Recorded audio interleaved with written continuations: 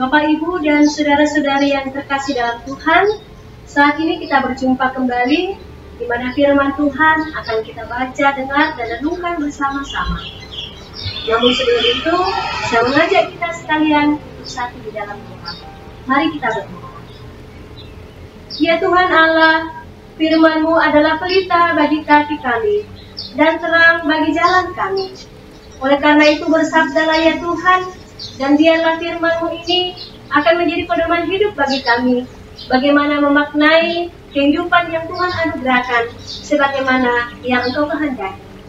Ampuni segala salah dan dosa kami Bapa, dan berfirmanlah, karena kami anak-anak-Mu telah siap sedia untuk mengambil bagian dalam pemberitaan firman. Amin.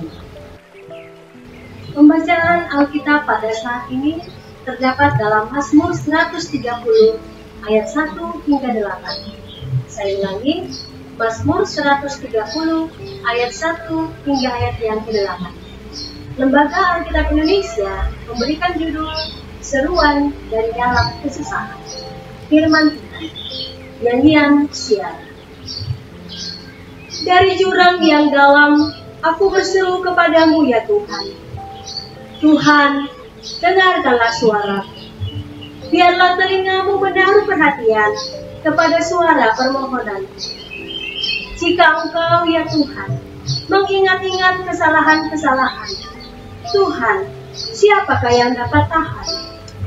Tetapi padamu ada pengampunan, supaya Engkau ditakuti orang. Aku menanti-nantikan Tuhan, jiwaku menanti-nanti, dan aku mengharapkan firman-Nya. Jiwaku mengharapkan Tuhan, lebih daripada pengawal mengharapkan padi, lebih daripada pengawal mengharapkan padi. Berharaplah kepada Tuhan, hai Israel, sebab pada Tuhan ada kasih setia, dan Ia banyak kali mengadakan pembebasan. Dialah yang membebaskan Israel dari segala kesalahannya. Demikianlah firman Tuhan.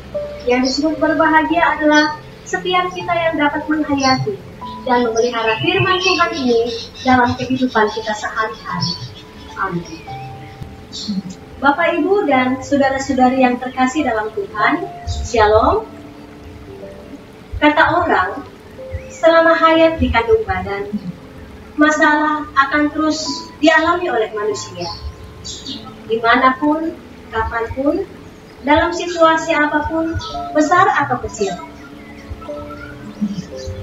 Hidup tanpa masalah itu bukanlah hidup yang sesungguhnya. Saudara-saudara, ketika kita diperhadapkan pada masalah, acap kali sebagian kita tidak mampu untuk berbuat apa. Contohnya saja, beberapa hari yang lalu, pada tanggal 28 Maret 2020, terjadi peristiwa gempa bumi di Palu, Mamuju, dan yang sekitarnya, di mana gempa bumi itu berkekuatan 5,8 skala Richter. Sebagian orang berkata, kami tidak tahu harus berbuat apa. Pada satu sisi, oleh karena virus corona ini, kita harus tinggal di rumah, beraktivitas di rumah, dan segala sesuatu dikerjakan di rumah. Tetapi pada saat yang bersamaan terjadi gempa bumi, maka tentu orang tidak akan tinggal di dalam rumah. Siapa tahu bangunan ada yang rubuh, maka kita bisa menyelamatkan diri kalau kita keluar rumah. Kalau demikian, apa yang harus kita lakukan? Apakah tinggal di dalam rumah atau berada di luar rumah? Dalam menghadapi masalah, biasanya ada dua tipe orang yang kita biasa lihat.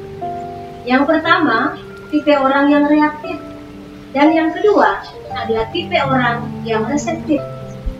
Kalau tipe orang yang reaktif, biasanya orang itu hanya memikirkan soal masalahnya, sehingga dia tidak bisa tidur, selalu gelisah, dan merasa tertekan, mudah stres, dan emosinya menjadi labil.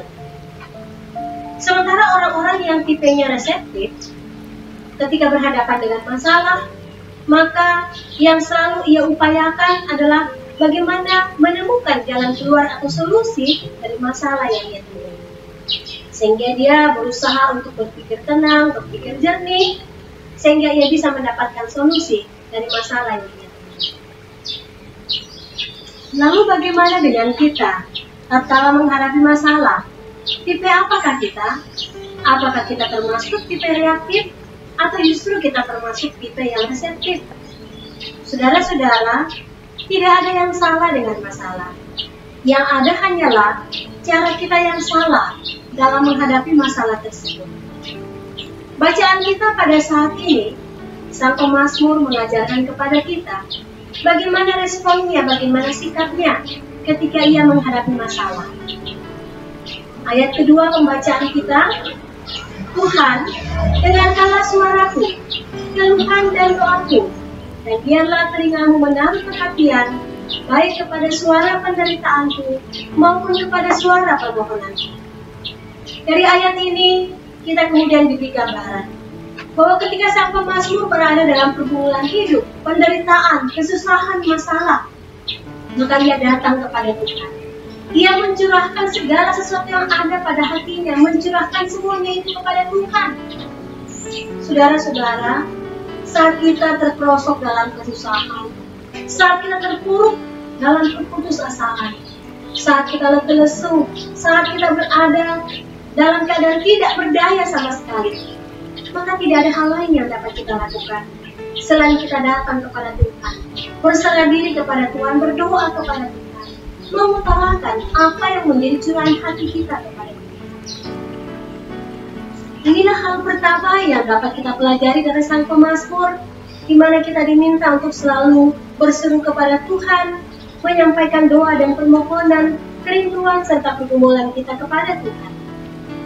Selanjutnya, hal yang kedua yang dapat kita pelajari dari Sang Pemazmur adalah ketika kita datang kepada Tuhan, berseru kepada Tuhan, maka Sang Pemazmur mengingatkan kita untuk menyadari siapa diri kita yang sesungguhnya.